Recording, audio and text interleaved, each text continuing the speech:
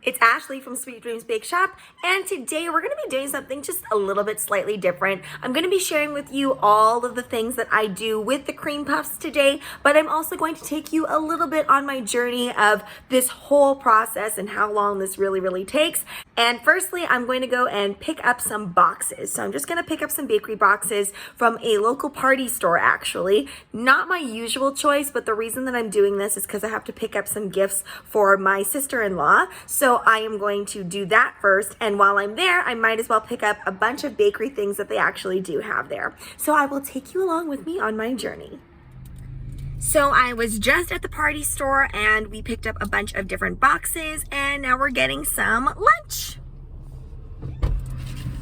All right, it is time to get down to business. It's about 2 o'clock in the afternoon. Everybody is rested and fed, so I am ready to go.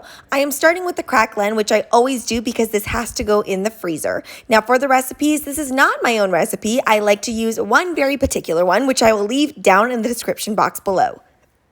For the Crackling portion, I put it into these Ziploc bags. Reason being is because it's so much easier to roll this out, and the original recipe did recommend to do this, and I've been doing it this way ever since. Now you can definitely skip this part and just make regular cream puffs without the Crackling portion, but this honestly really helps keep things nice and crisp. I'm also dyeing some of my Crackling, which you don't have to do. You could totally leave everything just the regular brown color that it's going to come out as, but I wanted to do something a little bit different.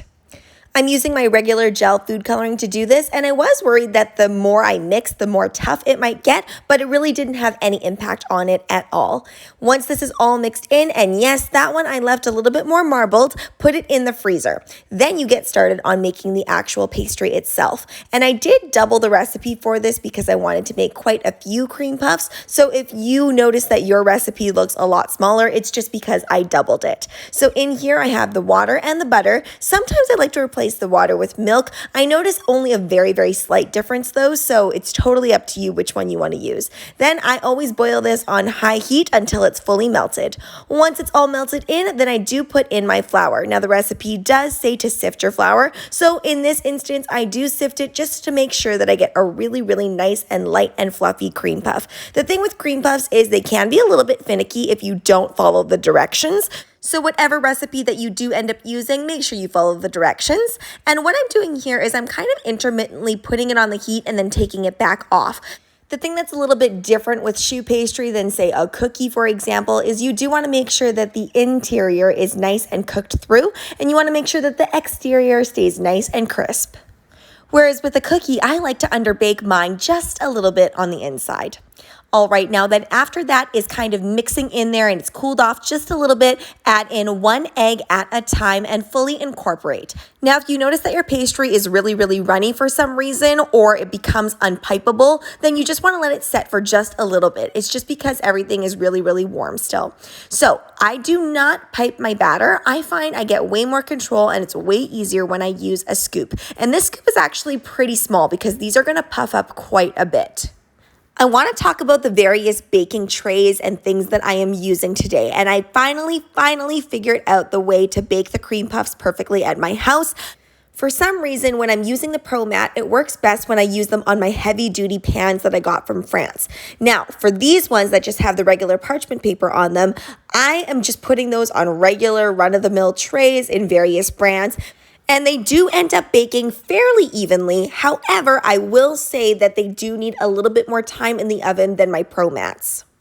Once you scoop out or pipe out all of your batter, you're just going to take a circular cookie cutter and make sure that it fits fairly perfectly on top of each cream puff, and then you're going to place that on. And it's really satisfying cutting through this because it just comes off that Ziploc bag so easily, and it looks so beautiful before they go in.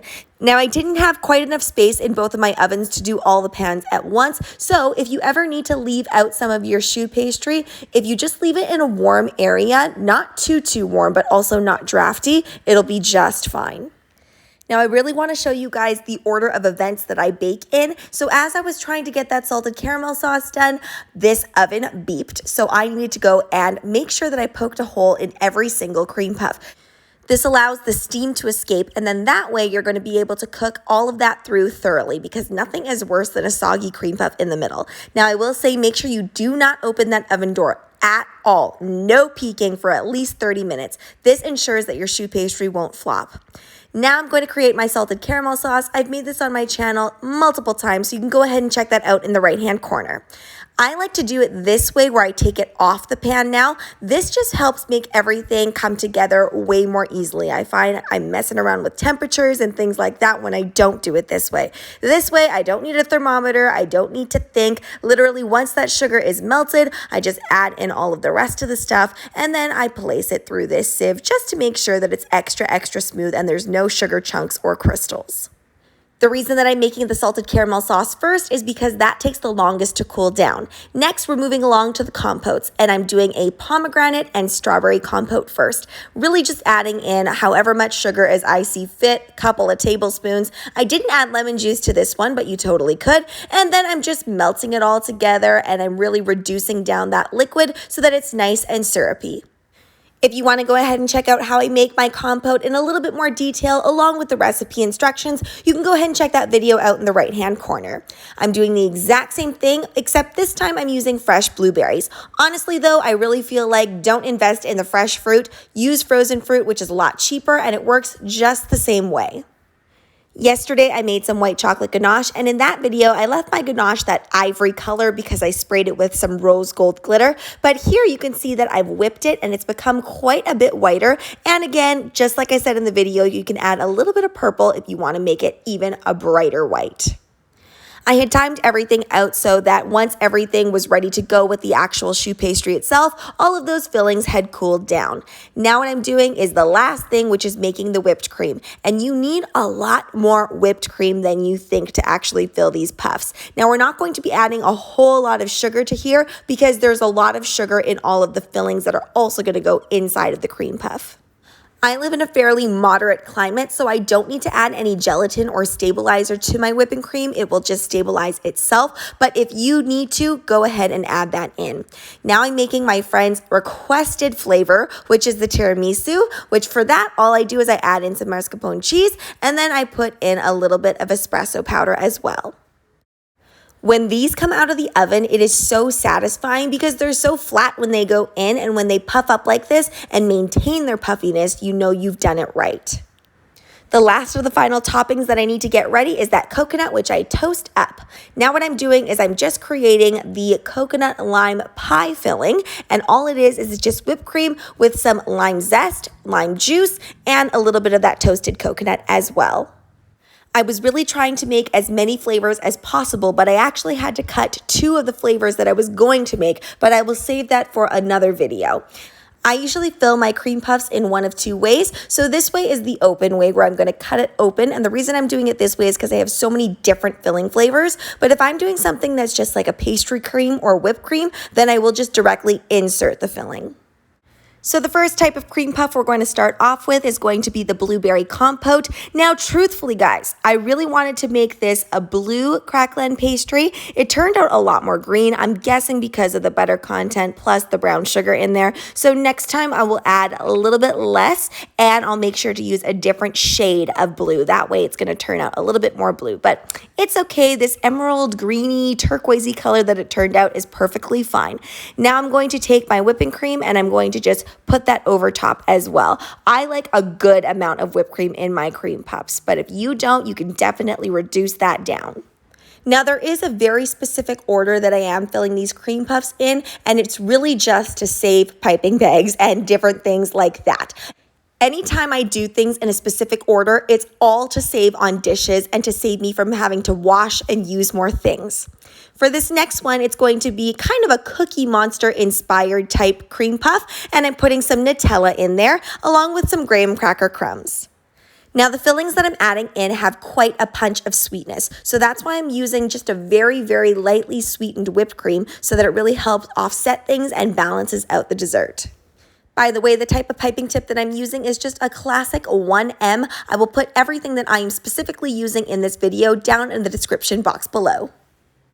Moving along to the next flavor, which is the strawberry pomegranate. I did put that white chocolate ganache down in the base of this one, and then I added the compote on top, and then I topped it with some whipped cream. Moving along to the tiramisu cream puff, which is my friend's favorite, as I mentioned earlier. It's also one of my favorites too, and it's definitely one of the first cream puffs that I ever gave my friend when she used to come over for a lot of dinners when we could do that together. It was one of the things that I would readily serve. For the salted caramel cream puffs, I do add a little bit of fleur de sel as well on there just to give it that extra punch of salt. And finally, ending off with that coconut lime pie. And here they all are. I just love looking at a large amount of desserts all together. I added a little bit of gold leaf to that strawberry one just to make it look a little bit extra special. And I also added a blueberry to this one here. Now, if I were to name these for my bakery, I would name that one Blueberry Bliss, this one Tiramisu, this one Coconut Lime Pie, this one would be the Cookie Monster, this one would be Strawberry Pomegranate, and this one would be the Salted Caramel Crunch. Also, side note, I'm in love with this new acrylic stand. I can't wait to show you what else I do with this. So nearly 5 hours later of pretty much straight work, I am finally ready to package all of these. Now, this isn't the best packaging job. I'm rushing here. If I were not rushing, I would make sure that these were really packed in, so there's no shifting whatsoever. Okay, so that was a very long day of baking and putting things together. My lovely husband took the kids out to the park while I finished doing all of that. Do you want to say hi, honey? Hi! And thank you, everybody, to the future. Bye-bye. So, we're finally going to my friend Rachel's house to deliver all of the cream puffs in. And I'm going to the food trucks. Yes, and first we're going to go stop at some food trucks. So I will see you once we get to Rachel's house. Yeah, and we're going to miss you all. My friend had requested cream puffs in exchange for doing a favor for me, but she did not expect this many different flavors, and she probably didn't expect this many cream puffs either. But this is pretty much the foundation of our friendship, and I hope that you see her in more videos because she is such a talented baker herself.